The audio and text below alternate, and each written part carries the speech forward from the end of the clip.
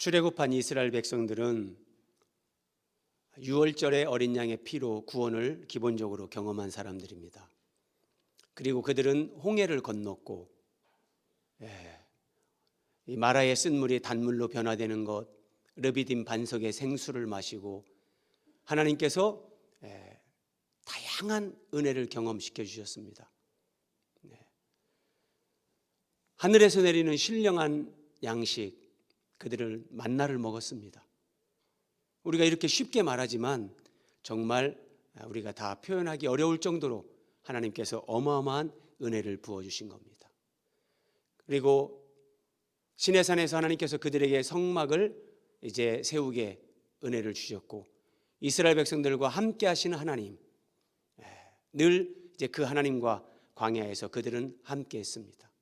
그리고 이제 드디어 광야 생활 40년을 끝내는 시점, 그들이 이제 요단강만 건너면 되는 모압 평지 시딤에 머무는 순간, 요단강만 건너면 이제 가나안 입성인데, 그런데 이 요단강 건너기 직전 40년의 세월, 출애굽 1세대들, 애굽에서 나올 때 20세 이상 된 사람들은 광야에서 여호수아와 갈렙에 다 죽었지만 20세 이하였던 그 출애굽 1세대들은 그 모든 과정을 다 겪어서 지금 모압 평지 시딤까지 온 거예요.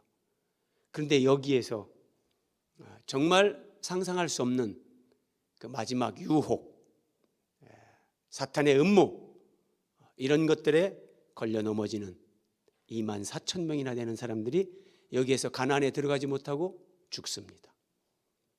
성경은 우리에게 말씀하십니다. 선줄로 생각하는 자는 넘어질까 조심하라. 우리가 하나님 은혜로 주님을 만나고 다 여기까지 오면서 각자 나름대로의 신앙 고백이 있고 간증이 있습니다. 그러나 우리가 정말 주님 앞에 서는 그날까지 우리는 누구도 방심하면 안 됩니다. 오늘 말씀 함께 봅니다. 자, 본론으로 들어가기 전에 여호수아 3장 1절입니다. 여호수아가 이스라엘 자손들과 시딤에서 떠나 요단에 이르러. 자, 지금 시딤에서 떠나 요단에 이르렀다. 이제 요단강만 건너면 가나안에 들어가게 되는 겁니다. 자, 이게 요단강입니다. 이제 이스라엘 백성들이 가데스 바네아에서 이렇게 올라옵니다. 그래서 모압 평지 시딤에 도착을 한 겁니다. 자, 이제 여기에서 이렇게 요단에 이르렀다. 시딤에서 떠나 요단에 이르렀죠. 마지막 그들이 머물렀던 곳 모압 평지 시딤에서 이제 요단에 이르는 겁니다. 이 강만 건너면 가나안 입성입니다. 아브라함, 이삭, 야곱에게 하나님이 약속하셨던 그 약속의 땅, 그 땅이 지금 목전에 보이고 있습니다. 그런데 여기에 마지막 유혹이 있습니다. 우리가 하나님 나라에 들어가기까지 우리에게도 이런 마지막 유혹, 한 해의 끝자락에 마지막에 유혹이 있고 우리 신앙과 인생의 마지막에도 이런 유혹이 있다는 걸 우리는 기억해야 됩니다. 어떤 유혹이냐? 초청과 음행. 오늘 본문 1절입니다. 이스라엘이 시딤에 머물러 있더니 모압 여자들과 음행하기를 시작하니라. 가나안이 보이는데 마지막 머물렀던 그 시딤, 거기에서 이스라엘 백성들이 모압 여자들과 음행을 했습니다. 그 여자들이 자기 신들에게 제사할 때에 이스라엘 백성을 청함해 백성이 먹고 그들의 신들에게 절을 했다. 음행이라는 어마어마한 죄를 짓는데 그것의 시작은 초청이었습니다. 여러분 잘 생각해야 됩니다. 지금 이스라엘 백성들이 어떤 무력이나 강압이나 압력에 넘어간 것이 아니라 우리 쪽으로 한번 오세요, 이 초청에 넘어갔습니다. 오늘날 이단에 미혹되는 사람들은 대부분 다 이 초청에 걸린 사람들입니다. 우리 쪽에 와서 한번 말씀을 들어보세요. 말씀이 너무 깊어서 아마 당신이 나가는 교회 목사님, 당신의 셀 리더들 다 이해 못합니다. 그러니까 당신이 한 번만 들어보고 당신이 판단해라. 그 대신 우리 모임에 간다는 것은 일단 비밀로 해라. 여러분, 그 비밀로 하라는 그런 말을 들을 때 그 만난 지 얼마 안 된 그 사람의 말이 더 우리가 신빙성이 있는 겁니까? 오랫동안 교회에서 같이 지체로서 믿음 생활한 사람들, 아니면 내 가족들이 정말 더 믿을 수 있는 겁니까? 그 말도 안 되는 그런 소리에 일단 비밀로 하고 한 번만 가봅시다. 정말 비밀로 하고 그 초청에 한번 가는 사람들, 그들이 걸려서 오늘날 다 이단에 넘어가는 겁니다. 이스라엘 백성들이 청함의 이 초청, 이 환대에 넘어간 겁니다. 그래서 이스라엘이 바알볼에게 가담한지라. 바알볼, 생식과 출산을 관장하던 모압의 우상 신입니다. 이 바알볼을 숭배하는 것의 특징은 그들의 신전에서 여자 사제들이 있는데 그 여사제들과 음란한 제의의식이 거기에서 함께 거행이 됩니다. 그래서 그들은 그들의 신 앞에서 그냥 합법적으로 그들의 율법에 의해 그런 신전에서 이런 음란한 행위를 하는 겁니다. 근데 여기에 이스라엘 백성들이 그 초청에 넘어가면서 그들과 하나가 돼버리는 겁니다. 완전히 육체적으로 이제 영적으로 하나가 되면서 하나님의 진노를 사게 됩니다. 그래서 모세가 이스라엘 재판관들에게 이르되 너희는 각각 바알볼에게 가담한 사람들을 죽이라. 하나님은 거룩하신 분입니다. 하나님은 사랑의 하나님이시지만 하나님의 교회를 음행으로 더럽히고 세상과 구별되는 그 거룩함을 무너뜨릴 때 하나님은 그 부분에 대해서 무섭게 심판하십니다. 자, 거기에 가담한 사람들을 죽이라, 그렇게 명령을 해서 이스라엘 온 회중이 회막문에서 웁니다. 하나님 앞에 회개하는 심정으로 우는 사람도 있고, 그 음행에 가담한 사람이 자기 아빠 또는 남편, 가족일 수 있는 사람들도 있고, 다 사람들이 우는데, 그때 모세와 온 회중의 눈앞에 미디안의 한 여인을 데리고 그의 형제에게로 온지라. 음행을 하기 위해서 그 미디안의 여인을 데리고 이스라엘 진영으로 오는 겁니다. 아론의 손자 엘라살의 아들 비느하스가 자기 손에 창을 들고 이스라엘 남자를 따라 그의 막사에 들어가서 이스라엘 남자와 그 여인의 배를 꿰뚫어서 두 사람을 죽입니다. 그랬더니 하나님의 진노로 촉발된 그 전염병이 그쳤더라. 그 전염병으로 죽은 자가 24,000명입니다. 여러분, 이 숫자가 결코 작은 숫자가 아니에요. 가나안이 눈앞에 보입니다.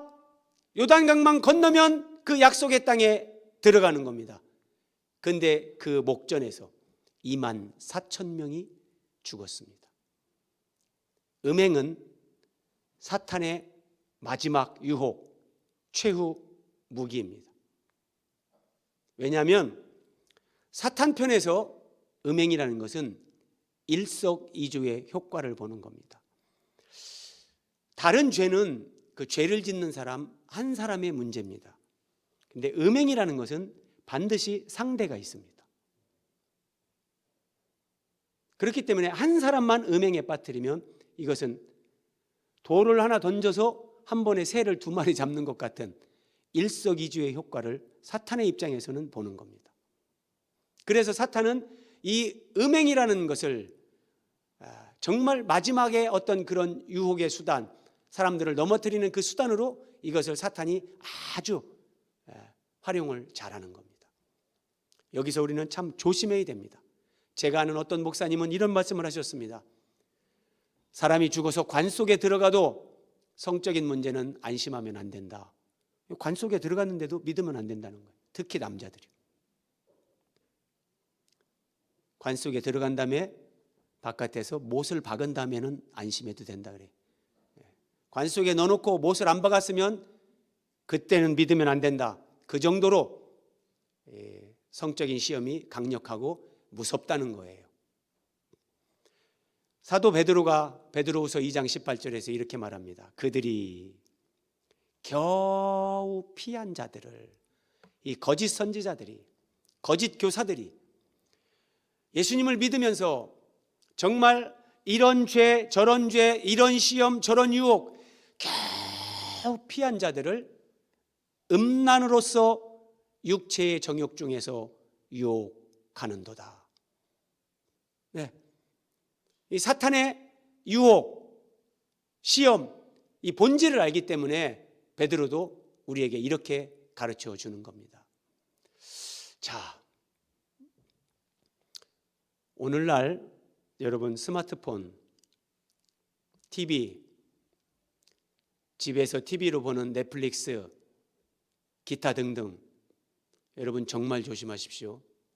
나는 원치 않는데 어떤 링크를 잘못 그냥 한번 눌렀는데 그냥 거기에서 음란물이 막 나옵니다.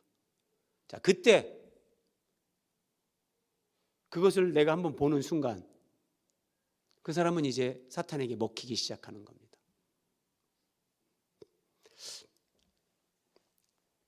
제가 좀 말씀드리기가 그런데 사택으로 이사를 하고 TV를 연결을 했습니다. TV를 연결을 해서 처음으로 채널을 돌려보는데 막 충격적인 영상들이 나왔습니다. 그래서 저는 그 무슨 우리 국가기관에 몇 군데 전화를 했습니다. 아니 TV에서 이런 것들이 나오는데, 그래서 그 국가기관에서 그 영상을 송출하는 곳으로 연락이 가고 그쪽에서 저한테 전화가 왔습니다. 근데 제가 더 충격받은 것은 정말 너무나 충격받은 건데, 아유 고객님, 이런 영상은 뭐 우리만 그러는 게 아니라 모든 이런 방송사 다 이런 것들이 다 나갑니다. 저희 깜짝 놀랐어요. 한때는 스포츠 신문에 여성들이 정말 조금만 파이고 짧은 치마만 입은 거 가지고도 음란물이다, 그렇게 한 적이 있었습니다. 지금 그런 거 가지고 음란물이다 얘기하면 이상한 사람으로 취급받습니다. 세상이 그렇게 음란해지고 악해졌습니다. 여러분들이 스마트폰으로 집에서 TV로 음란물을 만약에 접하고 있는 사람들이 계시다면 오늘 이후로 당장 끊으시기 바랍니다. 여러분들의 영혼의 유익을 위해서. 정말 조심하십시오. 여러분들의 영혼이 죽습니다. 영적으로 분별을 해야 되는데 이 거짓 선지자와 사탄의 음모를 우리가 분별해야 됩니다. 제가 소름 돋는 오늘 이 마지막 유혹, 사탄의 음모다, 이런 식으로 낮에 언급을 했었는데 이 두 번째 단락을 잘 보시기 바랍니다. 자, 먼저 모압 왕 발락이 발람을 이렇게 초청할 때 사신으로 보낸 사람들, 모압의 장로들과 미디안 장로들이 손에 복채를 가지고 발람에게 가서 발락의 말을 전했습니다. 여기 미디안 장로들이 같이 갔다는 걸 기억하십시오. 그러니까 모압과 미디안은 지금 여기에서 운명 공동체입니다. 이스라엘에 의해서 다 진멸당할 거냐, 이스라엘을 저주해서 자기들이 살아남을 거냐, 이런 운명 공동체인데, 자, 발람은 이제 발락의 초청을 받아서 왔다가 하나님이 절대 이스라엘을 저주하지 말라, 그는 표면적으로 이제 이스라엘을 축복하고 이스라엘에 관한 하나님의 예언의 말씀, 정말 예수 그리스도의 그런 복음을 전하고, 오늘 24장 25절, 이게 민수기 24장 마지막 말씀입니다. 발람이 일어나 자기 곳으로 돌아가고 발락도 자기 길로 갔더라. 자, 여기까지 보면 발람 선지자는 이스라엘을 절대 저주한 것이 없는 것처럼 보입니다. 두 사람이 이제 헤어졌습니다. 그런데 24장이 이렇게 끝나고 25장에서 이스라엘이 시딤에 머물러 있더니 모압 여자들과 음행하기를 시작하니라. 여기서 우리가 한번 생각을 해봐야 됩니다. 평상시 같으면 모압 여자들과 음행을 했다, 세상은 그러니까 그럴 수 있다, 우리가 이해할 수 있는데, 모압 왕 발락이 왜 발람 선지자를 데려옵니까? 이스라엘이 아모리 왕 시온과 바산 왕 옥, 그들을 진멸하고 그 땅을 점령했다는 소문을 듣고 두려워서, 어차피 군사력으로는 이기지 못하니까 주술적인 방법을 동원해야 되겠다, 그래서 발람을 데려온 겁니다. 그러니까 지금 모압이라는 나라가 이제 계속해서 자기들이 존재할 거냐, 이 나라가 멸망할 거냐, 이런 준전시 상황에 있는 겁니다. 이 준전시 상황에 모압 여인들이 이스라엘 백성들을 초청하고 그들이 자기들이 섬기는 바알볼 신전에 왔을 때 거기에서 음행을 한다. 상식적이지 않습니다. 상식적이지 않아요. 어떻게 이런 일이 일어났냐?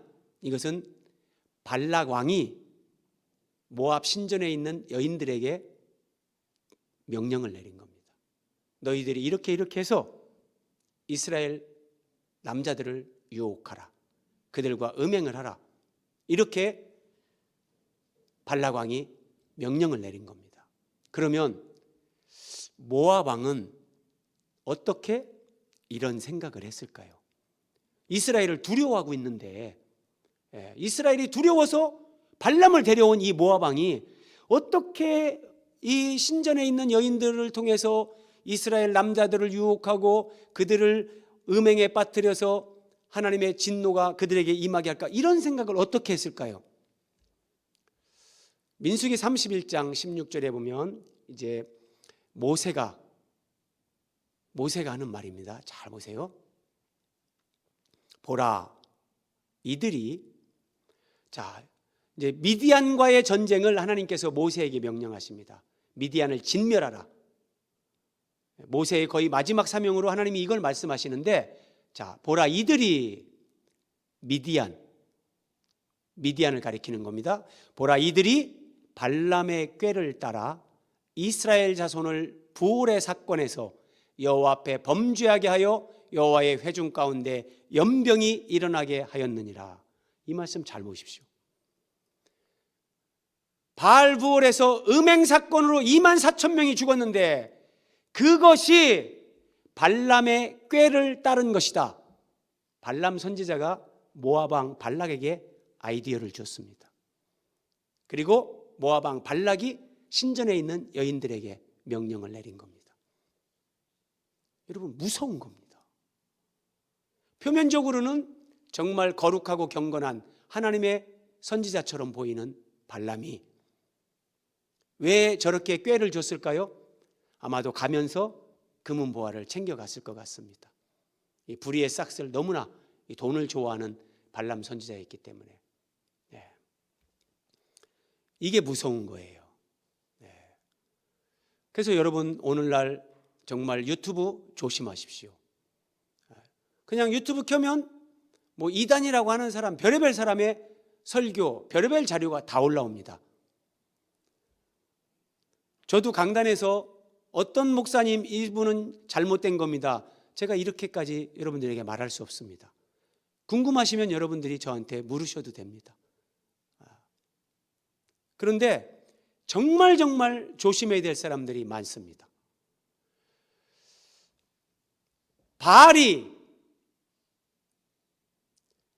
발람이 이 바알부올 그 여인들 발락과 함께 이 계략에 의해서 이스라엘 백성들을 음행으로 넘어뜨리고 결국 24,000명이 가나안 땅에 들어가지 못하고 죽게 만든 겁니다. 저는 이것을 가리켜서 발람의 이스라엘 저주 프로젝트, 그렇게 이름을 붙여봤습니다. 발람이 이렇게 얘기를 해주는 거예요. 이제 발락과 헤어지기 직전에 모압 왕에게 이스라엘 가운데 하나님이 계시기 때문에 당신들이 군사력으로는 어떤 경우에도 이기지 못한다. 한 가지 묘수가 있다. 이스라엘의 하나님은 거룩하신 분이시다. 그들 가운데 죄와 더러움, 음행이 만약에 들어온다면 이스라엘의 하나님은 거룩하신 분이기 때문에 그들을 그냥 둘 수 없다. 이렇게 아주 악한 아이디어를 주는 겁니다. 그래서 발락 왕이 그 신전에 있는 아주 이 음탕한 여인들에게 미인계 명령을 내리는 겁니다. 그리고 발람이 그 꾀를 가르쳐준 그대로 음행작전은 성공하고 하나님의 저주가, 하나님의 진노가 그들에게 임하면서 24,000명이 가나안에 들어가지 못하고 연병으로 죽은 겁니다. 자, 우리를 더 소름 돋게 하는 것이 이 부분입니다. 이스라엘 저주 프로젝트 고스비 음행작전. 죽임을 당한 미디안 여인의 이름은 고스비이니 죽임을 당한 이스라엘 남자의 이름은 성경에 나오지 않습니다. 그런데 죽임을 당한 미디안 여자의 이름이 고스비라고 성경은 그 이름과 그의 아버지에 대한 자료를 우리에게 기록해서 제공합니다. 여기에는 하나님이 우리에게 주시는 메시지가 있는 겁니다. 왜 이 여인의 이름을 성경에 기록해 주었을까? 왜 이 여인의 아버지를 성경에 언급하고 있는가? 고스비 수르의 딸이라. 수르는 미디안 백성의 한 조상의 가문의 수령이었더라. 이렇게 보면은 뭐 그런가 보지 하고 넘어갈 수 있습니다. 조금 더 자세하게 봅니다. 민수기 31장 8절. 미디안의 5 왕을 죽였으니, 하나님이 모세에게 이제 미디안을 치라고 말씀하셔서 죽이는데, 미디안의 5 왕을 죽였으니 미디안의 왕들은 에위와 레겜과 수르와, 여기 수르가 나옵니다. 그러면 고스비의 아버지 수르는 미디안의 5 왕 가운데 한 왕이었습니다. 그러면 여러분, 고스비는 왕의 딸입니다. 참고로 8절 끝부분 보십시오. 이 미디안을 칠 때 하나님이 발람도 죽입니다. 이 사악한 계략을 발락에게 가르쳐주고 간 사람, 그래서 이스라엘 백성들 24,000명이나 죽게 한 그 원흉 발람을 여기서 하나님이 처단하십니다. 자, 여러분, 참으로 소름 돋는 겁니다. 이스라엘 백성들, 그들을 음행에 빠뜨리는데 이스라엘 백성 진영까지 함께 따라왔던 여인, 미디안 여인 고스비, 그의 아버지는 왕이었습니다. 그러면 한번 생각해 보세요. 아무리 그 도시국가야 그 연합형태의 5 왕이 날지라도 일국의 공주가 이스라엘 백성들을 음행에 빠뜨리는데 동원이 됩니다. 왕인 아버지의 허락 없이 이것이 가능할까요? 고스비의 아버지가 여기에 연루되어 있는 겁니다. 고스비는 한 나라의 공주입니다. 그러면 여러분, 공주인데 얼마나 어릴 때부터 이렇게 학문적으로도 준비를 시켰을까요? 그리고 여성들은 뭐 그런 여성들 피부 관리만 어릴 때부터 해도 얼마나 얼굴이 고왔을까요? 그것뿐이겠습니까? 그들의 신 바알부올, 이것을 섬기면서 뭔가 영적으로 늘 기도도 하고 뭔가 막 체험도 하고 뭔가 막 영성 있는 여인이에요. 지성과 영성과 미모를 겸비한 이 여인이 이스라엘 남성들을 유혹하고 이스라엘 백성들 진영까지 들어가는 겁니다. 이스라엘 백성들 진영에는 하나님의 성막이 있습니다. 하나님이 거기에 함께 계시는데 그걸 더럽히는 겁니다. 그런데 이 모든 음행 작전에 일국의 공주가 개입되고 있다는 겁니다. 이것이 우리를 소름 돋게 하는 겁니다. 여러분, 신천지에서는 한 사람을 신천지로 데려가기 위해서 한 사람이 어떤 정말 그 문화센터나 이런 데에 어떤 동아리 모임이나 이런 데 가는 것을 알면 그 모임에, 예를 들어서 한 문화센터 모임에 15명이 참석을 했는데 내가 관심이 있어서 거기를 갔어요. 근데 신천지 사람들이 저를 타겟으로 딱 했을 때 거기 15명이 등록이 됐는데 알고 보니 14명은 다 신천지입니다. 나 한 사람을 데려가기 위해서 14명이 서로 모르는 척하면서 거기에 다 와가지고 다 그렇게 서로 다 맞춰서 한 사람을 데려갑니다. 참 무섭죠. 그래서 여러분, 첫 번째 초청, 비밀로 하고 한 번만 가봅시다. 그 말 듣고 그대로 하면 이렇게 초청을 받아서 갔죠? 그럼 어떻게 합니까? 바알볼 신전에서 함께 음식을 먹습니다. 그리고 함께 우상 앞에 절을 합니다. 그리고 음행을 저지릅니다. 죽는 겁니다. 조심하셔야 됩니다.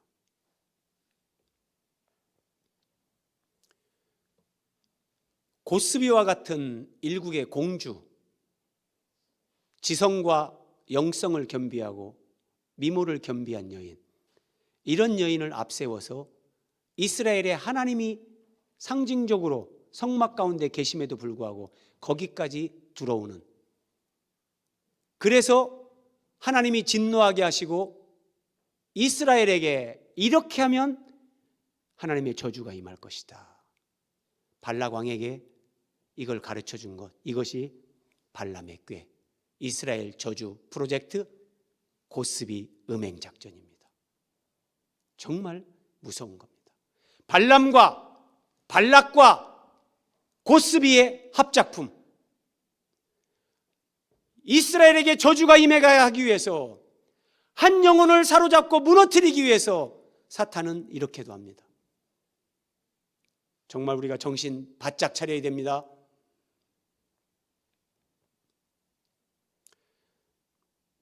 끝으로 한 가지 더 생각합니다. 교회 시대의 고스비 음행 작전, 우리가 살아가는 이 시대도 이런 일이 있다는 겁니다. 요한계시록 17장 1절, 큰 음녀가 있습니다. 큰 음녀. 이 여자가 붉은 빛 짐승을 탔는데 7머리와 10뿔이 있으며 자주빛과 붉은 빛 옷을 입고 금과 보석과 진주로 꾸미고 손에 금잔을 가졌다. 이런 그림으로 묘사가 됩니다. 한 여인이 손에 금잔을 들고 있습니다. 금과 보석과 진주로, 자줏빛 옷과 붉은 빛으로 아주 요염하게 자기를 단장하고, 음녀입니다. 음녀.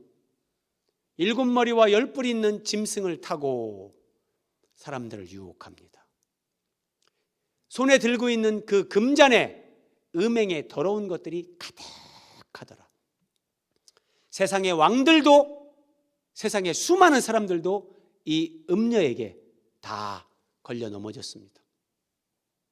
그런데 여기에 그리스도인들도 넘어진다는 거예요. 우리가 깨어 있어야 되고 분별해야 되는 겁니다. 요한계시록 2장 14절입니다. 주님께서 버가모 교회에 주시는 말씀입니다. 우리 같이 한번 읽어보겠습니다. 시작. 내가 발람의 교훈을 지키는 자들이 있도다.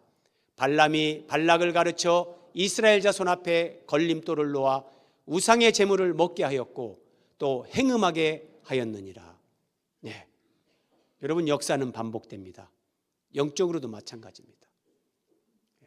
발람이 등장을 했고 이스라엘 백성들이 가나안 땅을 보면서도 그 입성 직전에 24,000명이 죽었는데 버가모 교회에 발람의 교훈을 지키는 자들이 있다. 주님이 이렇게 말씀하십니다. 발람의 교훈을 지키는 자들이 있다. 결국은 걸려 넘어지고 우상의 제물을 먹고 행음하게 만듭니다. 우리에게 적용하면, 자, 땅에 있는 지체를 죽이라. 곧 음란과 부정과 사욕과 악한 정욕과 탐심이니 탐심은 우상 숭배니라. 이 탐심이 꼭 재물에 관한 것만이 아니라 사람, 정말 내가 만나면 안 되는 사람, 여러분 만나면 안 됩니다. 여러분 폰에 가지고 있으면 안 되는 전화번호 삭제하셔야 됩니다. 혹시 만에 하나라도 또 연락이 올까, 만약에 그런 마음으로 내가 가지고 있으면 안 되는, 주님이 기뻐하지 않는 그런 연락처를 가지고 계신 분들은 삭제하고 카톡 다 없애야 됩니다. 그 가지고 있는 그것이 여러분들의 발목을 잡습니다. 그게 화근이 됩니다. 내가 주님 안에서 마음으로 탐하는 거, 돈을 탐하든지 사람을 탐하든지 권세나 지위를 탐하든지 무엇을 탐하는가, 이것이 우상 숭배인데 발람의 교훈의 핵심 가운데 이 탐심입니다. 왜냐하면 발람이 그런 사람입니다. 불의의 싹스를 사랑하면서, 발람의 길이 바로 그거였잖아요. 자, 사탄은 예수님의 재림을 어떻게 해서든지 막으려고 합니다. 왜냐하면 주님이 다시 오시는 그날 사탄은 완전히 끝납니다. 근데 예수님이 언제 다시 오십니까? 복음이 땅끝까지 전파되고 교회가 완성될 때. 그래서 사탄의 공격은 두 가지로 나타납니다. 첫 번째는 복음이 땅끝까지 전파되지 못하게 하는 것. 우리로 하여금 복음 전파에 대한 그런 열망, 이런 것들이 다 식어지게 하고 소멸되게 만듭니다. 내 한 사람이 전도하지 않는 것, 이것이 궁극적으로는 주님의 재림을 무산시키려는 사탄의 계략과 맥을 같이 하는 겁니다. 그리고 또 하나, 교회가 완성될 때 예수님이 오시는데 교회의 순결, 거룩함, 이것을 무너뜨리고 더럽히려고 하는 것이 사탄의 계략입니다. 우리가 이스라엘 백성들의 지금 사례를 살펴본 것처럼 교회가 세상과 구별됨이 없는 세속화에 물들고 그런 음행이 들어오고 하나님이 보실 때 그 거룩한 교회, 이것이 훼손될 때 하나님께서 이루어 가시는 교회의 완성은 멀어집니다. 그러면 주님의 재림은 그만큼 지연되는 겁니다. 사탄이 이것을 목표로 하면서 우리로 하여금 복음 전파하는 일에 게으르게 하고 거룩하고 순결한 삶을 살아가는 부분에 있어서 아이고 뭐 그렇게 고리타분하게 살 거 있나, 세상이 어느 세상인데 적당하게 믿음 생활하면 되지. 아닙니다. 사탄의 최종 병기, 육체의 음행과 영적 음행입니다. 그래서 정말 이런 마지막 유혹을 우리가 더 완벽하게 이기기 위해서 우리는 더 복음에 열정적인 사람, 더 복음 전파에 열심을 내는 사람, 더욱더 순결하고 거룩한 삶을 사는 사람, 이것이 우리가 마귀를 이기는 겁니다. 베드로후서 2장 15절입니다. 그들이 미혹되어 미혹을 받습니다. 믿던 사람들입니다. 발람의 길을 따르는도다. 발람의 길을 따릅니다. 발람의 길, 첫 번째, 그는 불의의 싹스를 사랑했다. 조심해야 됩니다. 항상 이 돈 조심해야 됩니다. 불의한 돈, 하나님이 기뻐하지 않는 불의한 돈, 여러분 꿈도 꾸지 마십시오. 그것이 우리를 행복하게 하는 것이 아니라 결국 우리를 괴롭게 하고 죽게 만드는 겁니다. 그 불의의 싹스를 사랑하면 발람의 길을 가는데 그 길은 미친 행동을 하게 만듭니다. 상식적으로 신앙적으로 도저히 저 사람이 저럴 사람이 아닌데 내가 뭔가 잘못하고 죄를 지면 그것이 연쇄적으로 그런 결과를 낳게 하면서 우리로 하여금 사람들이 볼 때 제정신이 아닌 것처럼 미친 행동을 낳게 하는 겁니다. 여러분, 사람은 돈이 부족해서 불행하지 않습니다. 돈이 부족하면 조금 불편합니다. 사람이 진짜 불행한 것은, 사람이 행복을 누리지 못하는 것은 믿음이 부족하기 때문에, 그 사람에게 예수님이 부족하기 때문에 행복이 없고 불행하게 사는 겁니다. 속으면 안 됩니다. 네. 내가 돈을 더 가지려고 하는 것보다 내가 주님으로 더 채워지고 충만해지고 하나님 말씀으로 내가 부유해지는 것, 여러분, 우리는 이것을 사모하고 이것을 위해 기도해야 되는 겁니다. 네. 이 불의한 싹, 이 욕심을 따라가면 결국 발람의 길에 들어서고 우리는 죽게 됩니다. 자, 오늘 마지막 말씀입니다. 하나님이 인정하지 않는 부자로 사는 것보다 하나님께 칭찬받는 가난한 신자가 되겠다. 여러분, 이런 결단이 있어야 됩니다. 내가 하나님께 인정받는 가난한 신자가 되겠다. 여러분, 결단하고 그렇게 살면 하나님이 끝까지 가난하게 안 만듭니다. 진짜입니다. 우리 하나님은 부유하신 분이고 광대하신 분입니다. 그런데 내가 발람의 길을 가면서 불의한 싹을 사랑하고 믿음이고 뭐고 우선 나는 돈 따라가야 되겠다. 그러면 다 잃습니다. 다 잃습니다. 그리고 주님 앞에서 세상 사람들이 뭐라고 하든지 순결하고 거룩한 삶을 살아가는 것. 우리가 이 삶을 살면 주님 오실 길을 예비하는 사람이요, 주님 오실 길을 예비하는 일에 쓰임받는 사람들이 되는 겁니다. 네. 얼마나 오늘 이 마지막 유혹 정말 소름 돋습니까? 발람이 발락에게 이 꾀를 가르쳐 줬습니다. 모압의 미디안의 한 왕 수르가 자기 딸 공주를 여기에 투입하면서 이스라엘을 음행에 빠지게 하고 결국 24,000명이 죽었다는 사실이요. 자다가 깰 때입니다. 방심하지 마십시오.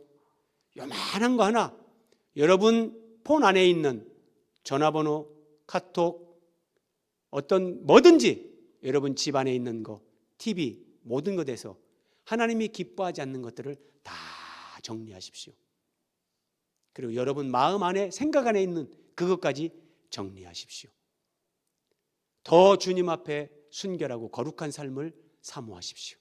그러면 하나님께서 우리의 삶을 더 하나님의 성령으로 성결하게 하고 하나님의 말씀으로 충만하게 하고 부유하게 하면서 하나님께 영광을 돌리고 우리 교회가 더욱더 이 시대의 빛을 발하며 주님 오실 길을 예비하는 그런 교회로 하나님 앞에 쓰임받는 삶, 쓰임받는 교회가 될 것입니다.